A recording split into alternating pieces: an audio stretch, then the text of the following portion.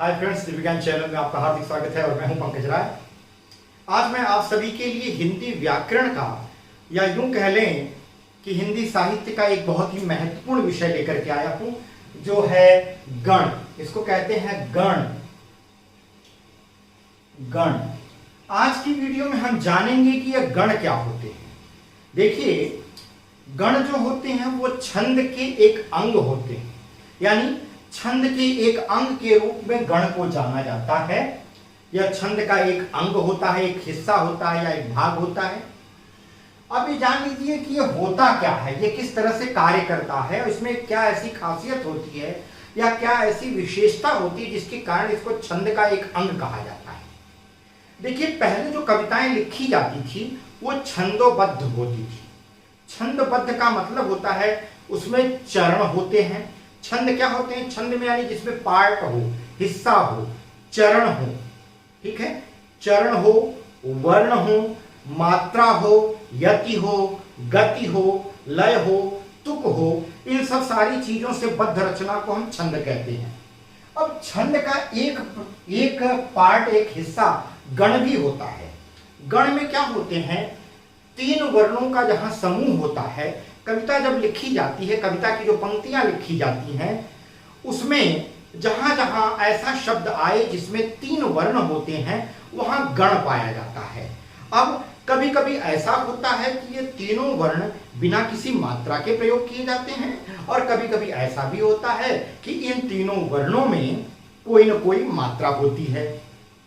तो अब हम जानेंगे कि ये गण कितने प्रकार के होते हैं।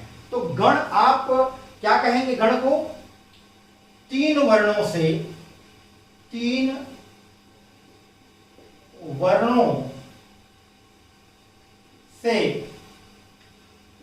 युक्त शब्द रचना गण कहलाती है।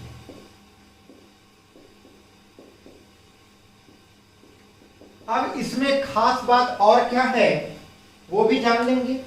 तीन वर्णों से युक्त रचना गण कहलाती है। अब बात यह आती है कि ये गण कितने प्रकार के होते हैं। अब गणों के नाम याद करने के लिए मैं आपको एक ऐसी शॉर्ट ट्रिक दूंगा जो कभी किसी जन्म में आपको नहीं भूलेगी। मतलब कि आपको पूरी जिंदगी ताउम्र आपको याद रहने वाली एक ऐसी ट्रिक देता हूं जो कभी आपको नहीं भूलेगी। ध्यान दीजिए, इसके लिए कविता याद रखिए आप। य माता राज भान सलगा। यमाता राजभान सलगा। यह एक कविता की ऐसी लाइन है, ऐसी ट्रिक है जिसको अगर आप याद रखेंगे तो आपको सारे गण याद हो जाएंगे। गण क्या होते हैं? तीन वर्णों से युक्त रचना गण कहलाती है। और ये कितने प्रकार के होते हैं, प्रकार जान लीजिए।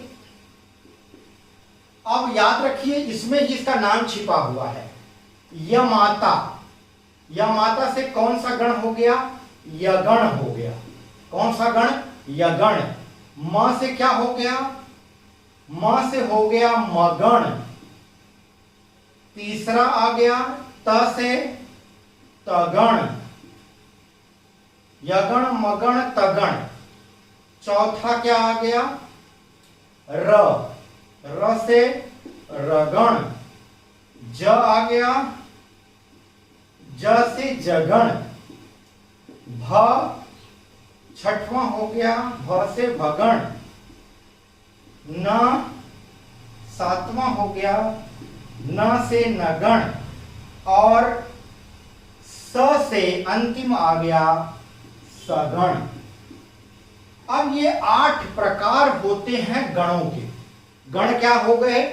तीन वर्णों से युक्त रचना जो छंद में प्रयोग की जाती थी। जब छंद की पंक्तियां लिखी जाती थी तो उनमें ऐसे बहुत सारे शब्द प्रयोग किए जाते थे जो तीन वर्णों से मिलकर के बने होते थे। इन तीन वर्णों की रचना को ही हम गण कहते थे। और ये गण के प्रकार कितने हैं? 8। यगण, मगण, तगण, रगण, जगण, भगण, नगण, सगण। ये 8 हो गए। अब इनकी गणना हम कैसे करेंगे? और यगण में क्या होता है, मगण क्या होता है, तगण क्या होता है, रगण क्या होता है, ठीक है। तो तीन तीन वर्णों से युक्त, ठीक है, शब्द रचना गण कहलाती थी। ठीक है, अब ये जो गण होते थे, ये आठों जो गण होते थे, इनमें कुछ मात्राएं भी पाई जाती थी। तो कब आप पहचानेंगे कि कविता में यगण है, कब आप जानेंगे कि कविता में मगण है या तगण है, रगण है, जगण है, कौन सा गण है, ये पहचानेंगे कैसे, उसकी ट्रिक भी इसी कविता की पंक्ति में छिपी हुई है, वो गौर करिए। यमाता से आप जानते हैं कि गण में 3 वर्ण लिए जाते हैं, तो यगण में भी कितने वर्ण लिए जाएंगे, यगण में भी 3 वर्ण होंगे। अब 3 वर्ण यहीं से देख लीजिए, यमाता, ये मैं ट्रिक बता रहा हूं, ये सूत्र याद कर लीजिए। यह एक क्या है, सूत्र है, या आप जिसको ट्रिक कहते हैं, यह एक ट्रिक है, एक सूत्र है, एक फॉर्मूला है, जिसको याद करके आप गण को आसानी से समझ सकते हैं। तो इनकी जब काउंटिंग करेंगे, पहचान कैसे करेंगे कि यहां पर यगण है, तो इस सूत्र को ध्यान में रखिए। यमाता जो लिखा है, गौर करिए, यह पर कोई मात्रा नहीं है, यानी य में अ मिला होता है, और जिसकी कोई मात्रा नहीं होती उसको हम एक मात्रा काउंट करते हैं। जहां कोई मात्रा नहीं लगी रहती, यानी जिसमें अ स्वर मिला होता है, हर्ष स्वर होता है जिसमें, उसकी मात्रा एक काउंट की जाती है। म में आ की मात्रा, त में आ की मात्रा, म में आ की मात्रा है तो ये दीर्घ की मात्रा लगी, दीर्घ स्वर की मात्रा है, दीर्घ स्वर की मात्रा के लिए हम क्या काउंट करते हैं, 2। याद रखिए, ह्रस्व स्वर के लिए एक मात्रा काउंट की जाती है, और एक मात्रा को इस तरह से लिखा जाता है। ठीक है, ये इस तरह का चिन्ह होता है, और इस चिन्ह को हम कहते हैं लघु। और दीर्घ स्वर जो होते हैं, दीर्घ स्वरों की मात्रा को हम कहते हैं गुरु, और वहां 2 मात्रा काउंट की जाती है, उसको गुरु बोला जाता है। उसका निशान इस तरह से होता है, यह उसका चिन्ह है। ठीक है, ये 2 तरह की मात्राएं होती हैं। ह्रस्व स्वर की मात्रा को लघु कहा जाता है, और दीर्घ स्वरों की मात्रा को गुरु कहा जाता है। ह्रस्व स्वर की मात्रा जहां जहां आएगी वहां एक मात्रा गिनी जाएगी, और जहां जहां दीर्घ स्वर आता है वहां 2 मात्राएं गिनी जाएंगी। अब यहां देख लीजिए, ह्रस्व स्वर य में है तो 1 मात्रा, म में दीर्घ स्वर है तो 2 मात्रा काउंट की जाएगी, और 2 मात्रा के निशान को इस तरह से लिखा जाता है, अंग्रेजी के अक्षर एस की तरह से, और इसको गुरु बोला जाता है। त में भी वही है, गुरु। तो क्या हो गया, लघु गुरु गुरु। यहां देखिए, मगण, मगण में क्या है, अब मगण को गौर करेंगे तो म से लेकर के आगे के 3 अक्षर गिने जाएंगे। म से लेकर के 3 अक्षर गिनेंगे तो क्या हो जाएगा, मा तारा। क्या हो जाएगा, मा तारा। इसी सूत्र से हम निकालेंगे, मा तारा। मा में भी आ की मात्रा, त में, म में भी आ की मात्रा, त में भी आ की मात्रा, र में भी आ की मात्रा, यानी दोनों में, तीनों अक्षरों में दीर्घ स्वर की मात्रा है, इसलिए इसको कहेंगे गुरु, गुरु और गुरु। इसके बाद आता है तगण। तगण के बाद के 3 अक्षर लेंगे, तगण से लेकर के 3 अक्षर, ये ताराज। ठीक है, ताराज हो गया। अब इस सूत्र से ही हमें सब निकालना है मात्रा, गौर करिए, और इसी से पहचान करेंगे। तो ताराज में गौर करेंगे, त में आ की मात्रा, र में आ की मात्रा और ज, तो ताराज हो गया। तो त में आ लगा है तो इसको गुरु कर देंगे, र में आ लगा है गुरु हो गया, ज में अ है तो 1 मात्रा, ह्रस्व स्वर है, तो गुरु गुरु लघु, यानी 2 2 और 1। ठीक, तो गौर करने वाली बात है, जहां पर यगण होगा वहां 3 जो शब्द, 3 अक्षर से मिलकर के जो शब्द बनेगा, उसमें पहला अक्षर ऐसा होगा जिस पर कोई मात्रा नहीं होगी, दूसरे अक्षर पर दीर्घ स्वर की मात्रा होगी, और तीसरे अक्षर पर दीर्घ स्वर की मात्रा होगी। पहले अक्षर पर ह्रस्व स्वर, दूसरे अक्षर पर दीर्घ, और तीसरे अक्षर पर दीर्घ। इसका मतलब यहां क्या हो जाएगा, लघु गुरु और गुरु, लघु गुरु गुरु, इसको ऐसे पढ़ेंगे। ठीक है, लघु गुरु गुरु, और यहां क्या पढ़ेंगे, गुरु गुरु गुरु। यहां क्या पढ़ेंगे, गुरु गुरु गुरु। यानी जो मगण वाला शब्द होगा, मगण में क्या होगा, मातार, यानी मातारा का मतलब है पहला, दूसरा और तीसरा सभी अक्षर दीर्घ स्वर की मात्रा से युक्त होंगे। तो यहां गुरु गुरु गुरु होगा। तगड़ में क्या होगा, ताराज, यानी ताराज का मतलब है त पे दीर्घ की मात्रा लगी है, रा पे र पे दीर्घ की मात्रा लगी है, ज पे हर्ष स्वर की मात्रा लगी है, ज में अ मिला हुआ है। तो अ मिलने की वजह से अ की यूं तो कोई मात्रा नहीं होती है, अ हर्ष स्वर में गिना जाता है, इसलिए एक मात्रा हम गिनेंगे।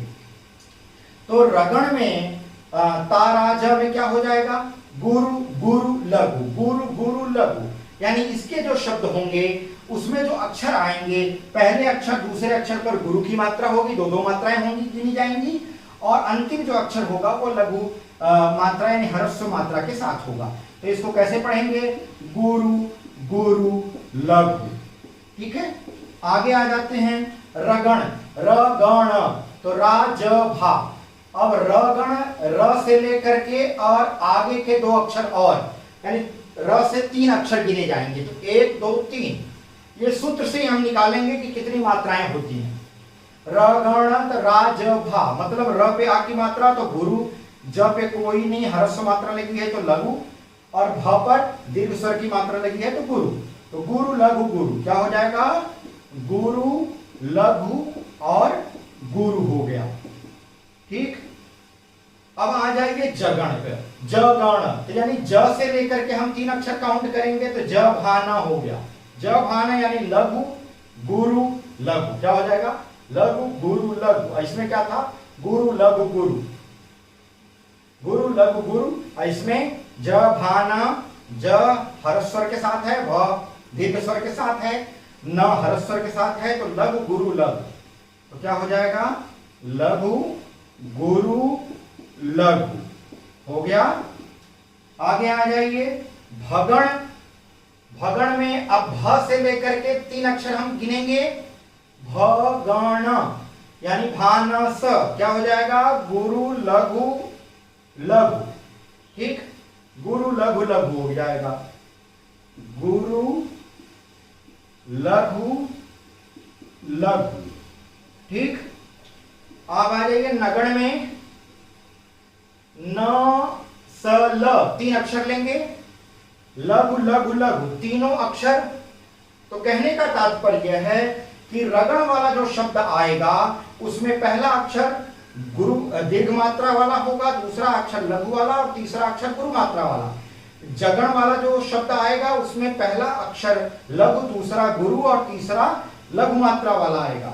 भगण में क्या होगा, पहला अक्षर दीर्घ स्वर के साथ होगा और बाकी दूसरे और तीसरे अक्षर जो हैं वे हर्ष स्वर के साथ होंगे। नगण में तीनों अक्षर हर्ष स्वर के साथ वाले होंगे, यानी तीनों में लघु मात्राएं होंगी। और सगण अंतिम देख लेते हैं, सगण में क्या करेंगे, स से लेकर के अंतिम काउंट करेंगे, तो स लगा हो जाएगा, स हर्ष स्वर के साथ, ल हर्ष स्वर के साथ और ग दीर्घ स्वर के साथ। तो पढ़ेंगे इसको कैसे, इसको हम पढ़ेंगे लघु लघु और लघु, इसको पढ़ेंगे हम लघु लघु लघु, और सगण, सगण को पढ़ेंगे लघु लघु गुरु, लघु लघु गुरु। अब इसके उदाहरण हम जानेंगे तब समझेंगे अच्छी तरह से कि दिए गए उदाहरण में हम कैसे समझें कि कहां पर कौन सा गण है। ठीक है, अब एक छंद हम ले लेते हैं। मान लीजिए हमने दोहा छंद ले लिया और एक रटा रटाया पुरानी परिपाटी वाला एक दोहा जो बहुत समय से प्रचलित है, चलिए वही दोहा उठा लेते हैं। सब लोग श्री राम चरितमानस के रचयिता का नाम जानते होंगे, गोस्वामी तुलसीदास। उन्होंने, उनकी जो पहली रचना थी हनुमान चालीसा, हनुमान चालीसा में उन्होंने उसका प्रारंभ जो है दोहे से किया है, दोहा छंद से, और लिखा है श्री गुरु चरण, श्री गुरु चरण सरोज रज, श्री गुरु चरण सरोज रज, निज मन मुकुर सुधार। आगे है बरनऊ रघुबर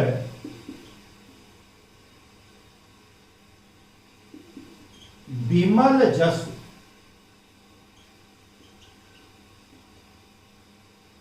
जोदायक फलचार।